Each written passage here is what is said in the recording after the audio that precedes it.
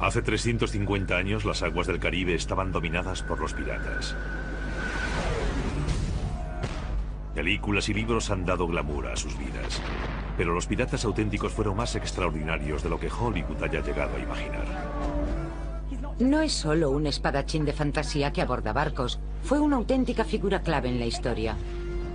La base de los piratas era la ciudad de Port Royal, en Jamaica, en su época considerada la ciudad más rica y depravada del mundo. Esta ciudad era depravada. En ella había piratas y se hundió en el mar. Ahora, 3 siglos después de su destrucción, nuestros investigadores han venido aquí para reconstruir Port Royal. Toda una ciudad se hundió sobre sí misma. La verdad, me asombra que construyesen tanto en un terreno tan frágil. Hablarán con expertos de la zona y examinarán los restos de los edificios desaparecidos. Sirviéndose de la arqueología moderna y de documentos antiguos, descubrirán una historia increíble que nos mostrará el mundo perdido de los piratas del Caribe.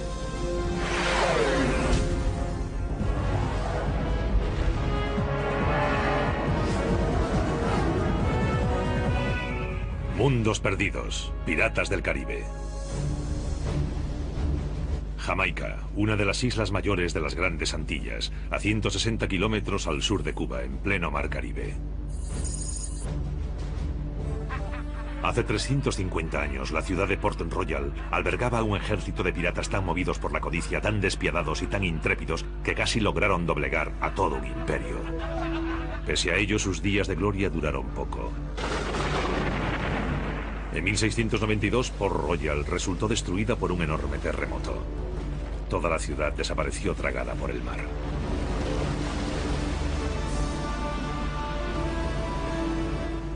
Ahora un equipo de expertos ha venido aquí en busca de pistas sobre el mundo que los piratas construyeron para sí mismos. David Stewart es arqueólogo marino de la Universidad del Este de Carolina. Ha descubierto pecios en todo el mundo y ahora quiere saber qué hay bajo las aguas de Port Royal.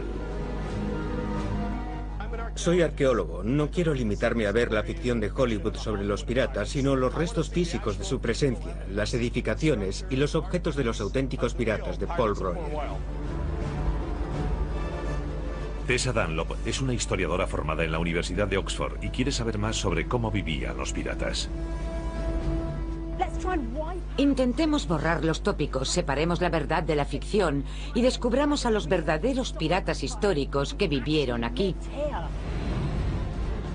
Durante 20 años los capitaneó un solo hombre, el capitán Henry Morgan. En la vida de Morgan reside el secreto del extraordinario ascenso de los piratas y su repentino declive. Morgan dirigía una banda de ladrones y asesinos despiadados. Sin embargo, acabó su vida como respetable miembro del gobierno británico. Y al igual que todos sus hombres, Morgan no era oriundo del Caribe.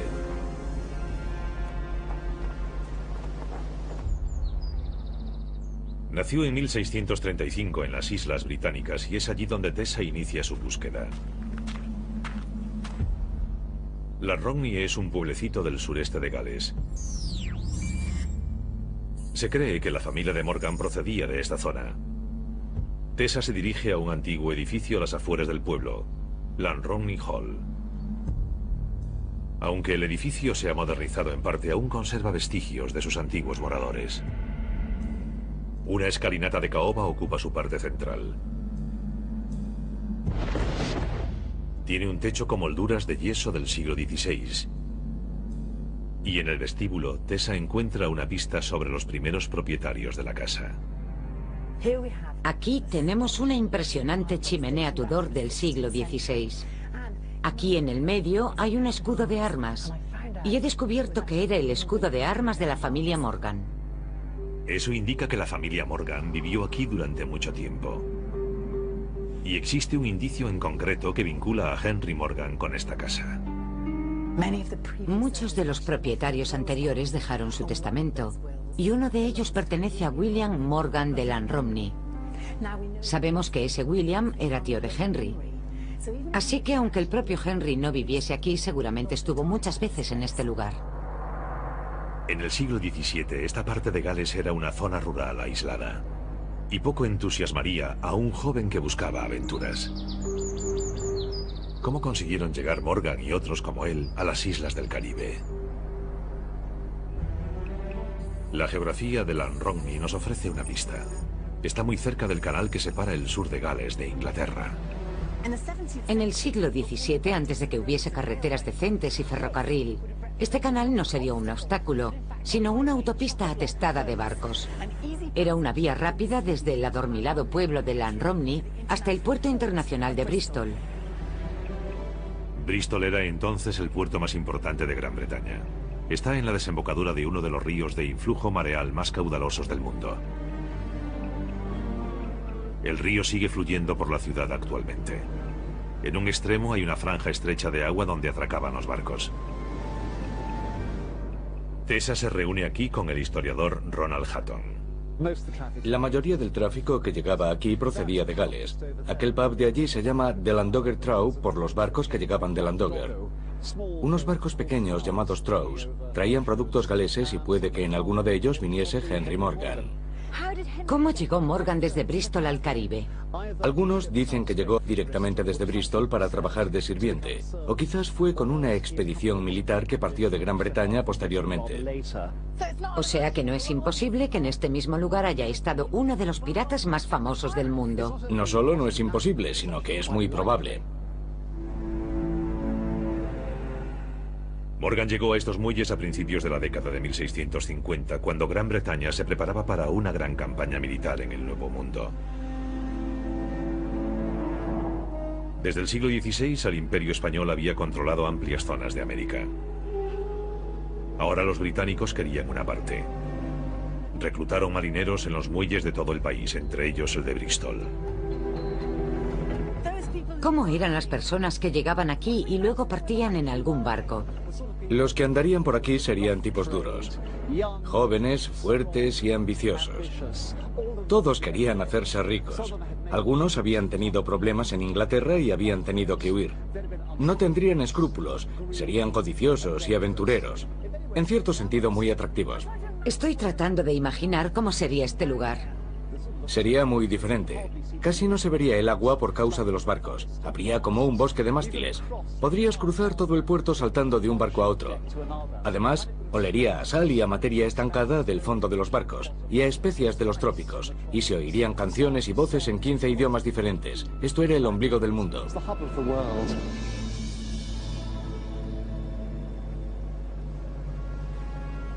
Gracias a los mapas y relatos de la época podemos reconstruir una imagen de cómo sería el puerto de Bristol hace 350 años. La ciudad estaba tan llena de barcos que un visitante lo describió como una calle de barcos. Casi todos se dirigían a un mismo destino, el Caribe. Desde aquí se iniciaban casi todos los viajes hacia el Nuevo Mundo. Por eso era inevitable que se reuniesen aquí tantos hombres en busca de una oportunidad. Tanto si tenían problemas, deudas o si buscaban dinero rápido, Bristol era el sitio donde podían embarcar en un buque, zarpar, buscar una nueva vida y posteriormente hacerse piratas. La piratería vendría después. Al principio todos los hombres eran sirvientes pagados por el gobierno británico. El día de Navidad de 1654 zarparon 18 buques de guerra. Llevaban 3.000 hombres a bordo, cuya misión era atacar, saquear y conquistar territorios españoles. Entre ellos estaba el joven Henry Morgan. Ahora nuestros investigadores van a seguir las huellas de Morgan. E igual que él, se dirigen a Jamaica. Allí descubrirán cómo los piratas y la Marina británica transformaron por completo esa isla.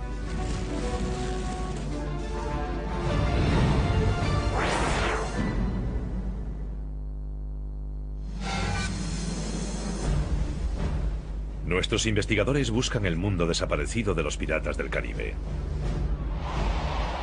Hace 350 años, cientos de hombres partían hacia el Nuevo Mundo desde los muelles de Bristol. Uno de esos hombres fue un joven aventurero llamado Henry Morgan.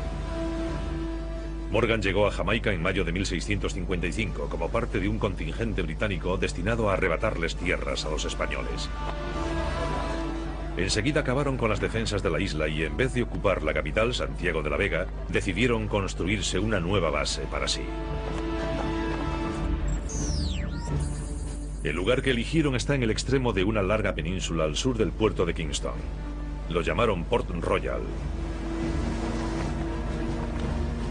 Ahora, David Stuart, arqueólogo marino, ha viajado hasta Port Royal en busca de los restos del mundo al que Henry Morgan perteneció.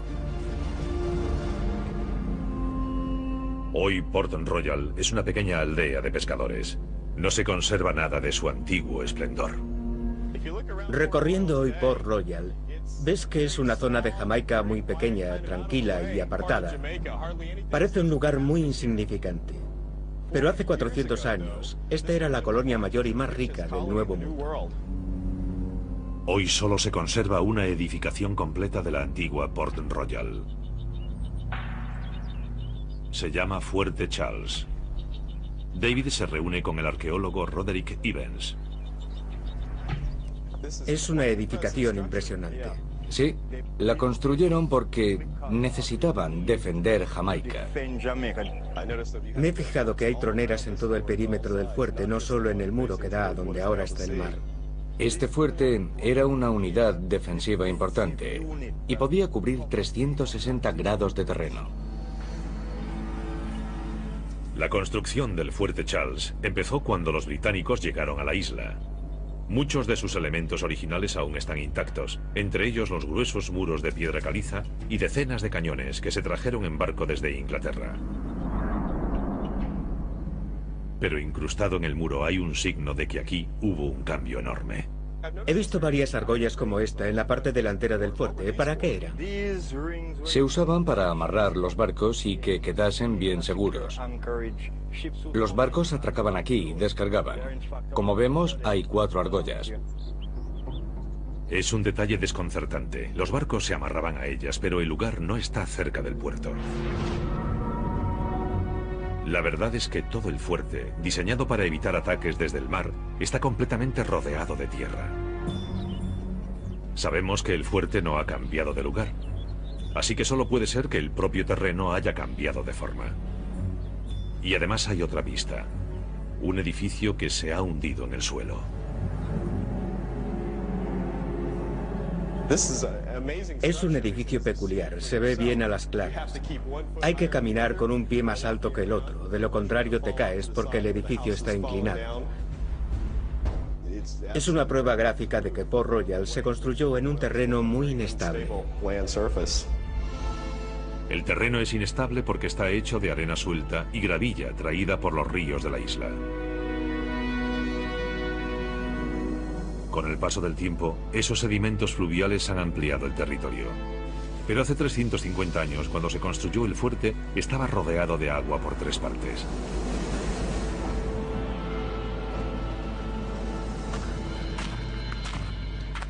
A pocos metros del Fuerte Charles, Roderick le muestra a David los restos de otro fuerte. En tiempos también estaba rodeado de agua.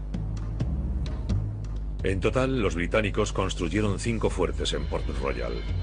Y por su emplazamiento, David quizás pueda deducir la forma primitiva de la zona.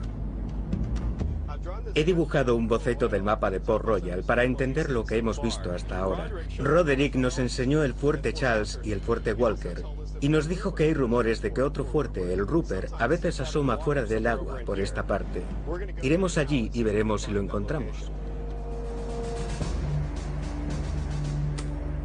El tercer fuerte de Port Royal está en medio de un denso manglar. David y su guía abren un camino a través de la maleza. En el sitio donde debería estar el fuerte descubren un lago enorme. Por desgracia, parece que ahora el lago tiene demasiada agua y no podemos ver los muros del fuerte. Igual que los otros, la ubicación del fuerte Rupert respecto a la costa ha cambiado. También sé que el Fuerte James y el Fuerte Carlisle ahora están bajo el agua, y que cuando los construyeron estaban en la costa. Si unimos todos los puntos de ubicación de los fuertes, tal como estarían en el siglo XVII, vemos que por entonces el terreno tenía una forma muy distinta a la de hoy. Al marcar ahora la ubicación de los fuertes, David ha descubierto que la forma de toda la península ha cambiado drásticamente desde que se construyó Port Royal. y los fuertes desvelan algo más sobre este lugar en sus primeros años. Esta era una comunidad desesperada por defenderse. Jamaica era una colonia británica aislada en pleno territorio español. Un año después de la invasión, la flota que había traído a los británicos aquí había vuelto a casa. La isla quedó desprotegida y vulnerable. No pasaría mucho tiempo antes de que los piratas conquistaran Port Royal. A 240 kilómetros de Jamaica, en la remota isla de Tortuga, una comunidad de marineros y desertores proscritos, muchos de los cuales procedían de los muelles británicos, se había creado un nuevo hogar. Esos hombres eran los bucaneros. Aquí Tessa charla con el historiador Eddie Chrysler. ¿Quiénes eran exactamente esos bucaneros? Unos individuos un tanto peculiares. Eran marginados de muchos países y de todas las razas y clases. Pero en general todos eran aventureros. Marineros abandonados, esclavos huidos, refugiados políticos, herejes religiosos. Eran personas poco convencionales y solitarias. Los bucaneros acudieron a Tortuga después de que los españoles liberasen ganado en la isla. Vivían de su carne, y el método que usaban para asarla, en una parrilla de madera llamada bucan, les dio el nombre de bucaneros. Pero querían más que comida de los españoles. Querían oro español. Formaron lo que ellos denominaban la Cofradía de los Hermanos de la Costa y se dedicaban a abordar pequeños barcos que comerciaban por la zona. Se hacían con su cargamento y luego regresaban y se repartían el botín. Esos hombres eran montaraces, pero en Jamaica los británicos estaban desesperados.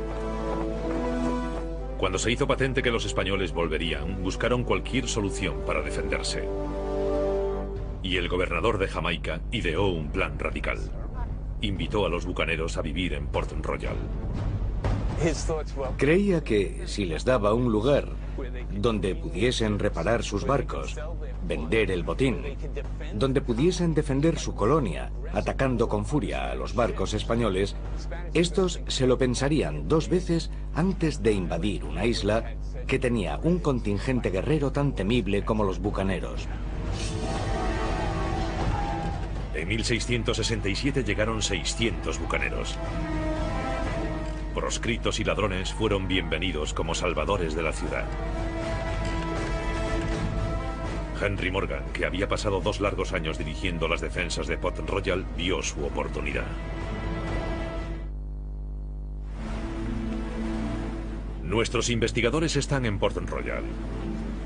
Han averiguado que en el siglo XVII el gobernador británico recurrió a bucaneros proscritos para reforzar las defensas de la isla.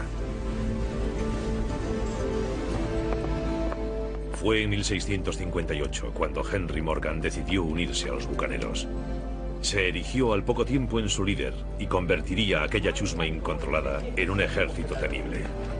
Para saber cómo lo logró, nuestros investigadores van a estudiar el arma que fue la clave de su éxito, el barco pirata.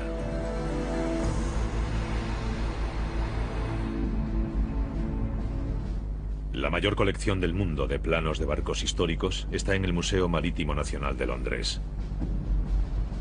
Sabemos por documentos escritos que el tipo más común de barco usado por los piratas de Port Royal se denominaba balandro jamaicano. Como no existen planos ni restos en Jamaica, Tessa ha ido al museo para averiguar por qué les gustaba tanto ese tipo de barco. ¿Podría explicarme cómo era el balandro?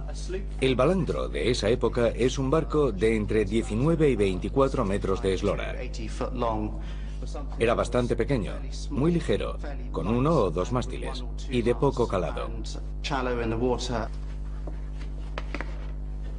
Este balandro es de 2 mástiles. A los piratas les interesaban los barcos pequeños y rápidos. Este sería un buen ejemplo. En esa época los españoles transportaban enormes cantidades de oro desde Sudamérica por las aguas caribeñas. Utilizaban barcos grandes, galeones. Los piratas necesitaban naves que pudiesen igualar y superar su velocidad. Es curioso. Me imaginaba los barcos piratas como naves grandes y majestuosas, con velas enormes, pero en realidad eran muy modestos. Totalmente. En vez de tener velas que abarcaban toda la anchura del barco, como se ven en películas como Piratas del Caribe, las velas podían izarse y arriarse del mástil, y eso le daba velocidad al barco, porque de esa forma podía ceñirse más al viento. Esas velas pequeñas y triangulares le daban facilidad de manejo. Un barco pirata podía abarloarse a otro barco mayor y abordarlo. Esa agilidad era mucho más importante que su tamaño o su número de cañones. Para saber cómo se navegaría en ellos, el investigador David Stewart acompaña a la arqueóloga náutica Peggy Lesicar en una reproducción de un balandro. ¿El gobierno les daba estos barcos a los piratas o qué tipo de barcos usaban? Navegaban en cualquiera que pudiesen atrapar. Usaban barcos procedentes de Europa, veleros ligeros y también balandros isleños que se usaban para comerciar y pescar en las islas. El barco en el que vamos ahora tiene 15 metros escasos de eslora y los balandros no eran mayores que este. No eran barcos de vela enormes. Y había otras razones para que los piratas prefiriesen estos barcos pequeños. Tenían muy poco calado, así que podían meterse en aguas poco profundas. Podían entrar en los arrecifes, en los bajíos, podían remontar estuarios y podían ocultarse en los manglares. Eran fáciles de manejar y de ocultar. El balandro era muy manejable. Muchos de los ataques de Henry Morgan no fueron contra barcos españoles, sino contra los puertos donde se almacenaba el oro. El poco calado del balandro le permitiría entrar en puertos poco profundos, donde los barcos grandes de gran calado quedarían encallados. ¿Y cuando los piratas se apoderaban de estos barcos, les hacían alguna reforma? Por supuesto, sí. En primer lugar, es probable que les instalasen más cañones. Les gustaría utilizarlos para ir en busca de presas. Un barco pirata debía estar preparado para luchar. Se le practicaban más aberturas para cañones. La cubierta se despejaría para dar cabida a más tripulación y bajo cubierta se haría espacio para el botín. Un barco así sería perfecto para los piratas. Mide 15 metros de eslora. Tiene una vela en proa y popa para darle más velocidad. Imaginémoslo cargado con 80 hombres.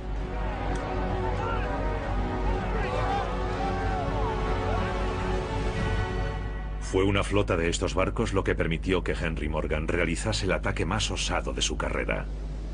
El ataque contra Portobelo. Portobelo estaba en el Istmo de Panamá. Era la ciudad más valiosa del Caribe, ya que almacenaba riquezas de todo el imperio español. Era una presa que Morgan no podía dejar escapar. Morgan era un gran estratega y dijo, no podemos ir tras los barcos, vayamos donde está el dinero. Así que lo organizó todo. Tenía creo que unos 1200 piratas, franceses, holandeses, ingleses. Sabiendo que los españoles esperaban un ataque por mar, Morgan se preparó para sorprenderlos.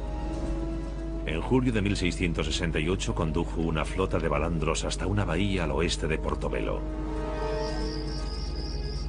Amparándose en la oscuridad, sus hombres tocaron tierra e iniciaron la marcha campo a través. No tenían nada que comer durante el camino, tenían hambre y sed, pero también la imagen del oro en su cabeza. Justo antes del alba, los hombres de Morgan atacaron Portobelo. La ciudad cayó rápidamente, así que Morgan pasó a centrarse en los fuertes que se negaban a rendirse. En un acto de cruel ingenio, Morgan obligó a monjas y frailes a trepar los muros delante de él, usándolos como escudos humanos. En pocas horas la ciudad quedó conquistada. Morgan consiguió un botín tan grande que cargó 175 mulas. ¿Se imagina? 175 mulas cargadas de oro, plata, de objetos que había en las iglesias. Y además retuvo a 600 prisioneros para cobrar el rescate. Los hombres de Morgan mataron a 1500 personas y robaron el equivalente a 10 millones de dólares en Portobelo. Lo increíble es que nada de esto era ilegal. Los piratas eran ladrones y asesinos que actuaban en su propio beneficio. Pero lo fascinante es que muy a menudo actuaban amparados por el gobierno británico, que les pidió ayuda para proteger la isla de Jamaica. Y ellos lo hacían atacando y saqueando. Al autorizar los ataques de Morgan, el gobierno de Jamaica no solo mantuvo a los españoles a raya, también se garantizó una parte de los botines. En otras palabras, era piratería amparada por la ley. Totalmente. Jamaica los necesitaba para su defensa, así que les dieron legitimidad y todos contentos. Pero a los piratas les daba igual que fuese legal o no. Iban a seguir con lo suyo, aunque era estupendo tener autorización. Y si los ingleses no se la daban, la conseguían de los franceses o de los holandeses. Es probable que contasen con varias licencias, y dependiendo de a quién invadiesen, izarían la bandera pertinente, mostrarían la autorización y continuarían con el pillaje. Esas licencias, conocidas como patentes de corso, transformaron el Caribe en el lugar de diversión para los piratas de Morgan. A finales de la década ya eran 2000, y ningún buque o puerto español estaban ya a salvo de ellos. El dinero conseguido no solo beneficiaba a los piratas y al gobierno, también tuvo gran influencia en la propia ciudad de Port Royal.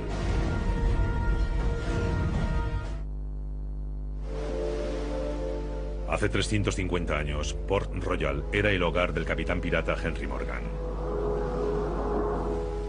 Tras cada ataque, Morgan regresaba a la isla con sus barcos repletos de bienes robados. Ahora nuestros investigadores quieren averiguar cómo era entonces esa ciudad pirata. Para conseguirlo deben estudiar los restos del propio Port Royal.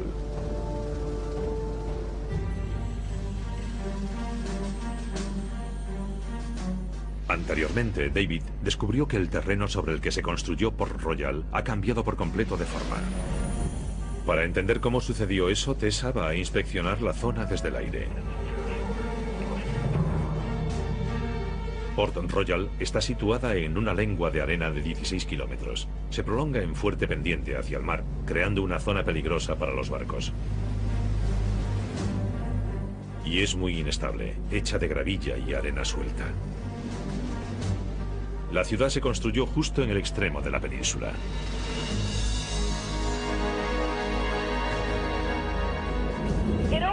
Al verlo desde arriba, todo encaja. Porque el terreno que lleva a Port Royal es una lengua de aspecto muy frágil. Y lo que me asombra es que consiguiesen construir tanto en un terreno tan frágil. Cuando se construyó Port Royal, la península era mucho más pequeña que hoy. Después, en 1692, hubo un enorme terremoto.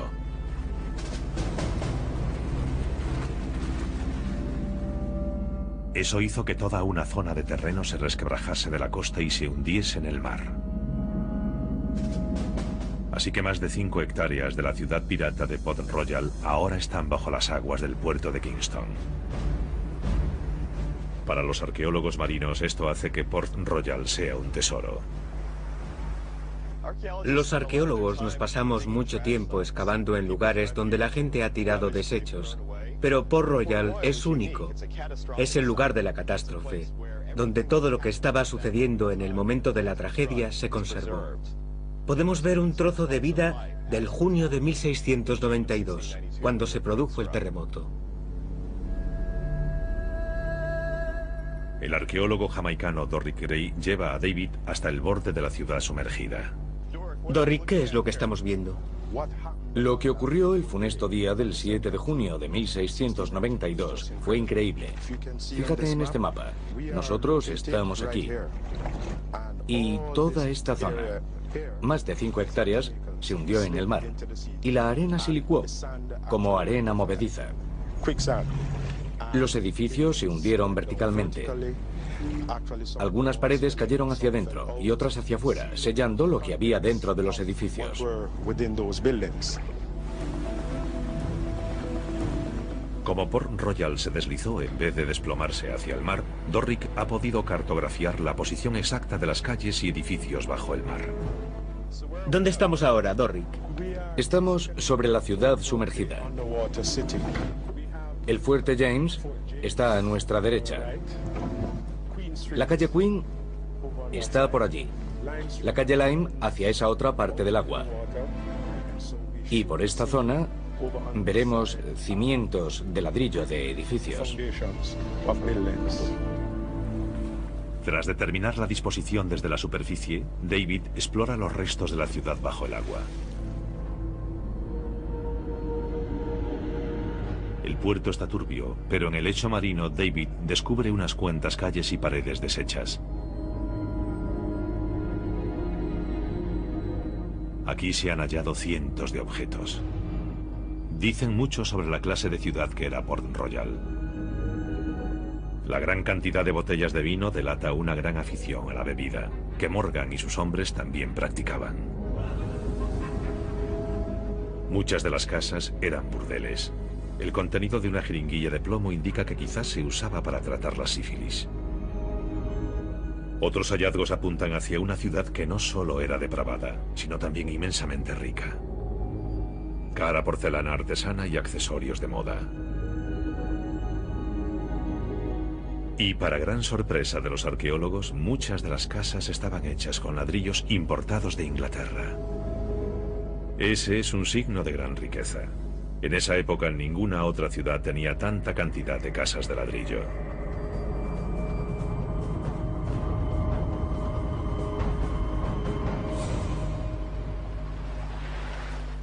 Es impresionante. Se ve un montón de ladrillos.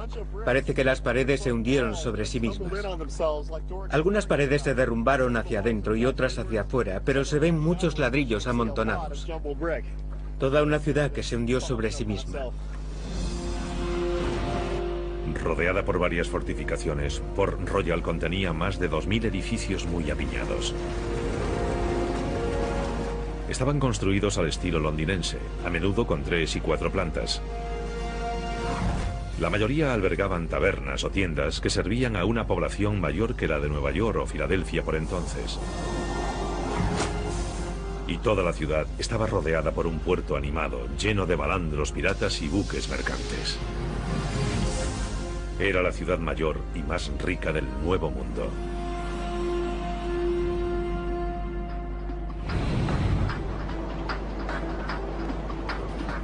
Pero ¿cómo se convirtió una ciudad llena de piratas en un puerto comercial tan atractivo?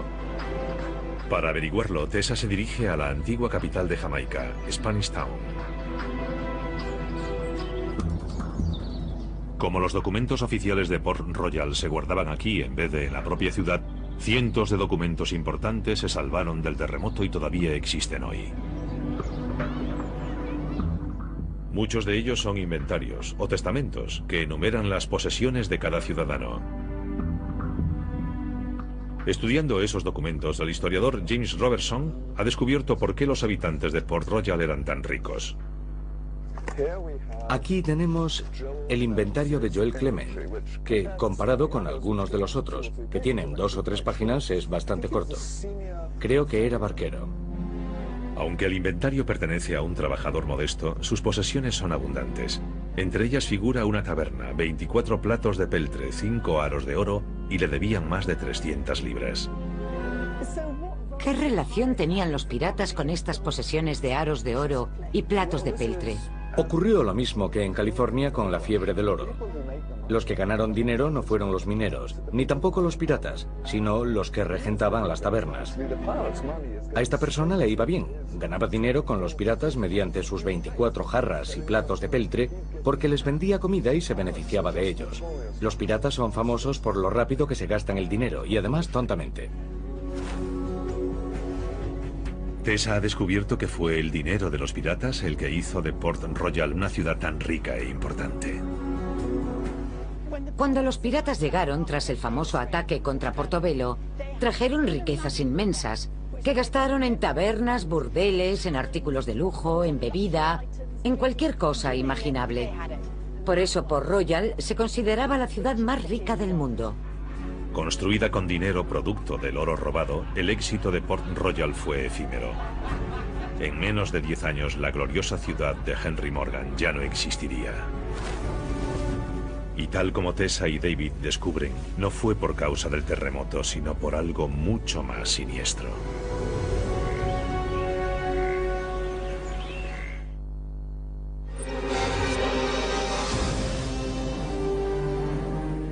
La historiadora Tessa Dunlop y el arqueólogo marino David Stewart están en Jamaica. Aquí han descubierto los restos de una ciudad donde moraba una banda de piratas despiadados. Bajo el liderazgo del capitán Henry Morgan, los piratas transformaron Port Royal en la ciudad más rica y depravada del mundo. Pero los días de gloria de Port Royal no duraron eternamente.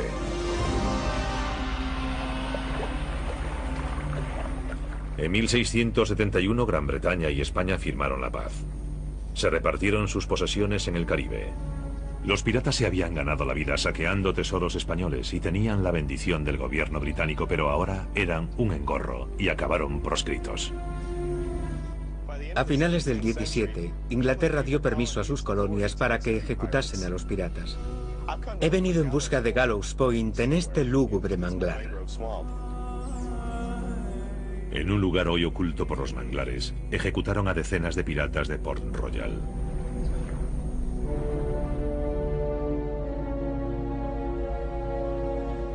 Sus cadáveres se cubrían con brea y se exhibían en jaulas de metal. Pero esos piratas fueron la base de la economía de Port Royal. Entonces, ¿por qué los trató la ciudad con tanta dureza? La respuesta está en Henry Morgan y en el rumbo que tomó tras proscribirse la piratería.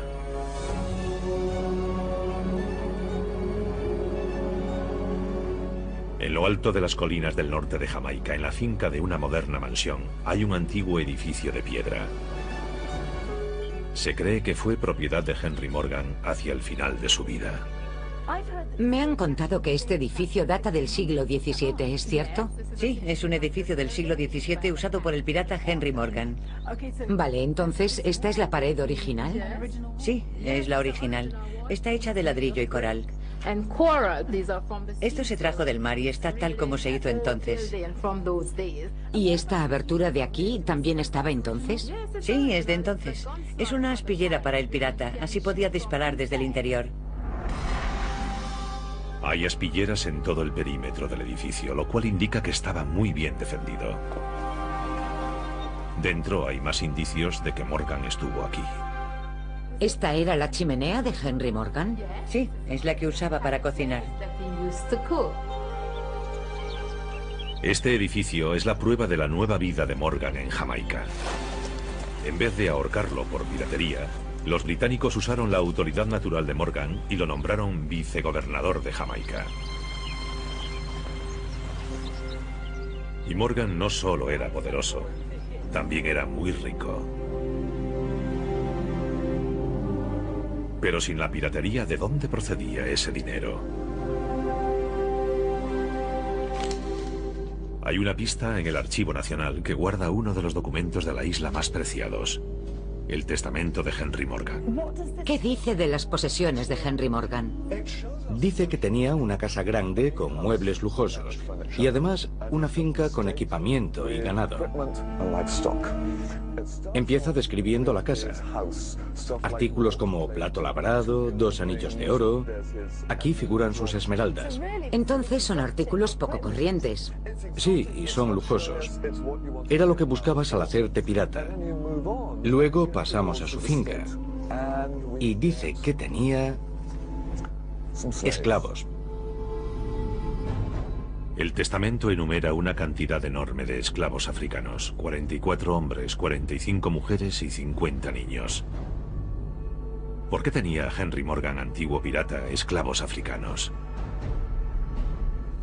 Para averiguarlo, Tessa va a visitar los restos de la finca de Morgan. Lo que he descubierto es que al final de su vida, Henry Morgan había adquirido una enorme cantidad de bienes inmuebles. Tenía más de 100 esclavos y desempeñaba un cargo de importancia. Creo que en esa época era menos un pirata aventurero y más un miembro de la sociedad establecida. Siguiendo los detalles del testamento, Tessa se dirige al distrito donde Morgan tenía su residencia principal. En medio de la densa campiña, Tessa descubre la linde de su finca. Hoy la zona es terreno cultivable empobrecido, descuidado y venido a menos.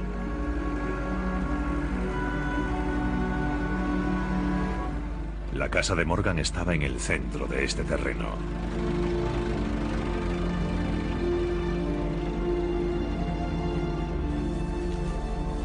Aquí Tessa descubre los restos de una gran mansión.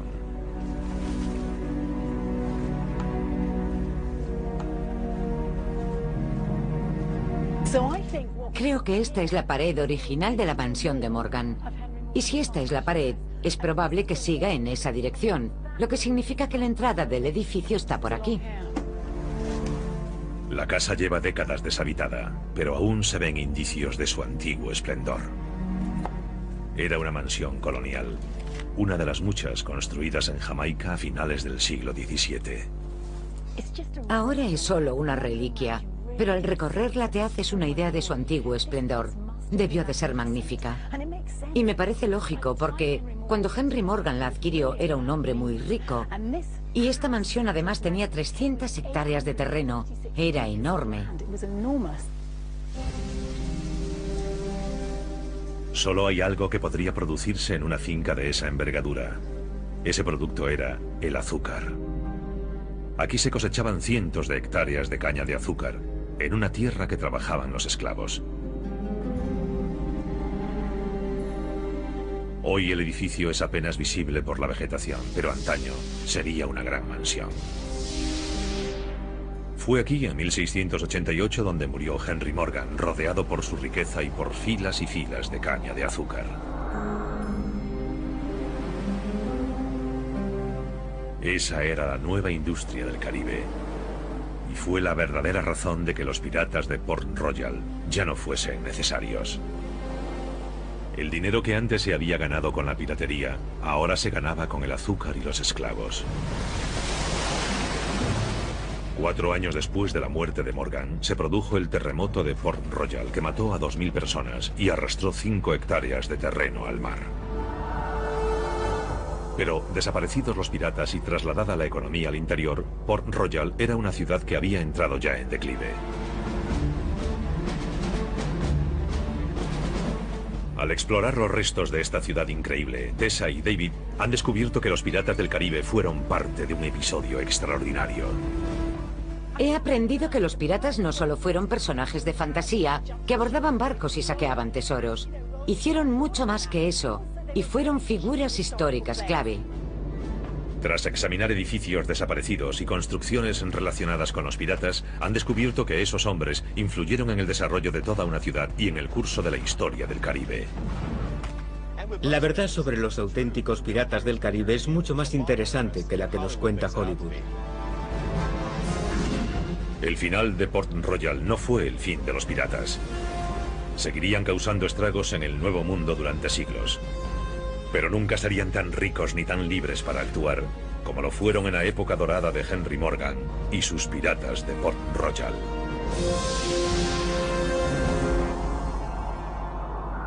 De los barcos. Habría como un bosque de mástiles. Podrías cruzar todo el puerto saltando de un barco a otro.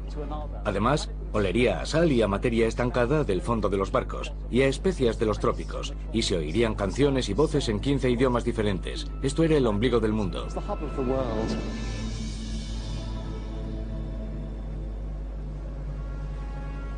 Gracias a los mapas y relatos de la época podemos reconstruir una imagen de cómo sería el puerto de Bristol hace 350 años. La ciudad estaba tan llena de barcos que un visitante lo describió como una calle de barcos. Casi todos se dirigían a un mismo destino, el Caribe. Desde aquí se iniciaban casi todos los viajes hacia el Nuevo Mundo. Por eso era inevitable que se reuniesen aquí tantos hombres en busca de una oportunidad. Tanto si tenían problemas, deudas o si buscaban dinero rápido, Bristol era el sitio donde podían embarcar en un buque, zarpar, buscar una nueva vida y posteriormente hacerse piratas. La piratería vendría después. Al principio todos los hombres eran sirvientes pagados por el gobierno británico. El día de Navidad de 1654 zarparon 18 buques de guerra. Llevaban 3000 hombres a bordo, cuya misión era atacar, saquear y conquistar territorios españoles. Entre ellos estaba el joven Henry Morgan. Ahora nuestros investigadores van a seguir las huellas de Morgan. E igual que él, se dirigen a Jamaica. Allí descubrirán cómo los piratas y la Marina británica transformaron por completo esa isla.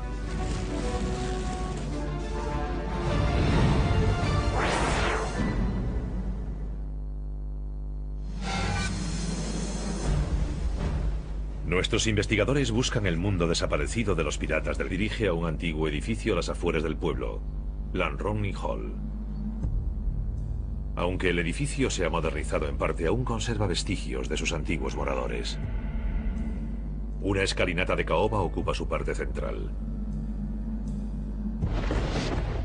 Tiene un techo con molduras de yeso del siglo XVI. Y en el vestíbulo, Tessa encuentra una pista sobre los primeros propietarios de la casa. Aquí tenemos una impresionante chimenea Tudor del siglo XVI. Aquí en el medio hay un escudo de armas. Y he descubierto que era el escudo de armas de la familia Morgan. Eso indica que la familia Morgan vivió aquí durante mucho tiempo. Y existe un indicio en concreto que vincula a Henry Morgan con esta casa. Muchos de los propietarios anteriores dejaron su testamento, y uno de ellos pertenece a William Morgan de Lanromney. Sabemos que ese William era tío de Henry. Así que aunque el propio Henry no viviese aquí, seguramente estuvo muchas veces en este lugar. En el siglo XVII, esta parte de Gales era una zona rural aislada. Y poco entusiasmaría a un joven que buscaba aventuras. ¿Cómo consiguieron llegar Morgan y otros como él a las islas del Caribe? La geografía de Lanromney nos ofrece una pista. Está muy cerca del canal que separa el sur de Gales de Inglaterra. En el siglo XVII, antes de que hubiese carreteras decentes y ferrocarril, este canal no sería un obstáculo, sino una autopista atestada de barcos. Era una vía rápida desde el adormilado pueblo de Lanromney hasta el puerto internacional de Bristol. Bristol era entonces el puerto más importante de Gran Bretaña. Está en la...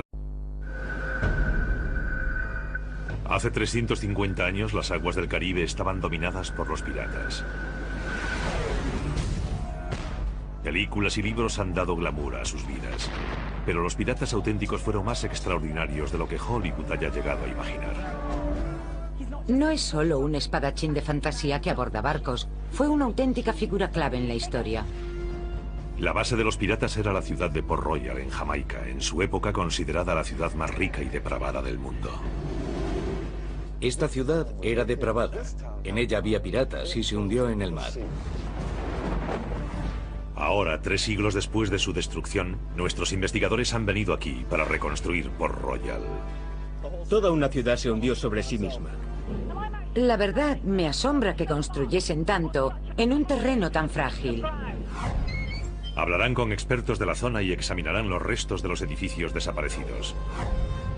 Sirviéndose de la arqueología moderna y de documentos antiguos, descubrirán una historia increíble que nos mostrará el mundo perdido de los piratas del Caribe.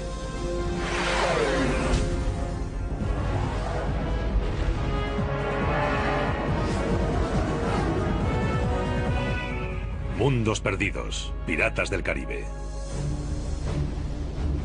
Jamaica, una de las islas mayores de las Grandes Antillas, a 160 kilómetros al sur de Cuba, en pleno mar Caribe. Hace 350 años, la ciudad de Port Royal albergaba un ejército de piratas tan movidos por la codicia, tan despiadados y tan intrépidos, que casi lograron doblegar a todo un imperio. Pese a ello, sus días de gloria duraron poco. En 1692, Port Royal resultó destruida por una desembocadura de uno de los ríos de influjo mareal más caudalosos del mundo. El río sigue fluyendo por la ciudad actualmente. En un extremo hay una franja estrecha de agua donde atracaban los barcos. Tessa se reúne aquí con el historiador Ronald Hatton. La mayoría del tráfico que llegaba aquí procedía de Gales. Aquel pub de allí se llama The Landoger Trough por los barcos que llegaban de Landoger. Unos barcos pequeños llamados troughs traían productos galeses y puede que en alguno de ellos viniese Henry Morgan. ¿Cómo llegó Morgan desde Bristol al Caribe? Algunos dicen que llegó directamente desde Bristol para trabajar de sirviente, o quizás fue con una expedición militar que partió de Gran Bretaña posteriormente. O sea que no es imposible que en este mismo lugar haya estado uno de los piratas más famosos del mundo. No solo no es imposible, sino que es muy probable. Morgan llegó a estos muelles a principios de la década de 1650, cuando Gran Bretaña se preparaba para una gran campaña militar en el Nuevo Mundo. Desde el siglo XVI, el Imperio Español había controlado amplias zonas de América. Ahora los británicos querían una parte. Reclutaron marineros en los muelles de todo el país, entre ellos el de Bristol. ¿Cómo eran las personas que llegaban aquí y luego partían en algún barco? Los que andarían por aquí serían tipos duros. Jóvenes, fuertes y ambiciosos. Todos querían hacerse ricos. Algunos habían tenido problemas en Inglaterra y habían tenido que huir. No tendrían escrúpulos, serían codiciosos y aventureros. En cierto sentido, muy atractivos. Estoy tratando de imaginar cómo sería este lugar. Sería muy diferente. Casi no se vería el agua por causa... Un enorme terremoto. Toda la ciudad desapareció tragada por el mar.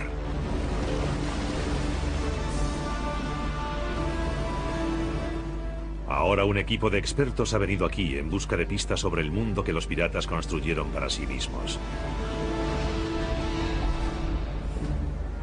David Stewart es arqueólogo marino de la Universidad del Este de Carolina. Ha descubierto pecios en todo el mundo y ahora quiere saber qué hay bajo las aguas de Port Royal. Soy arqueólogo. No quiero limitarme a ver la ficción de Hollywood sobre los piratas, sino los restos físicos de su presencia, las edificaciones y los objetos de los auténticos piratas de Port Royal. Tessa Dunlop es una historiadora formada en la Universidad de Oxford y quiere saber más sobre cómo vivían los piratas. Intentemos borrar los tópicos, separemos la verdad de la ficción y descubramos a los verdaderos piratas históricos que vivieron aquí.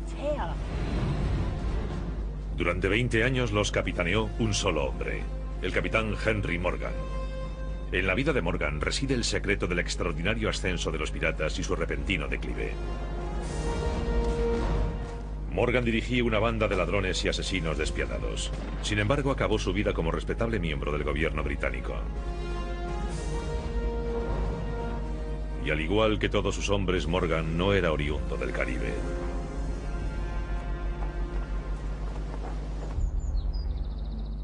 Nació en 1635 en las Islas Británicas y es allí donde Tessa inicia su búsqueda.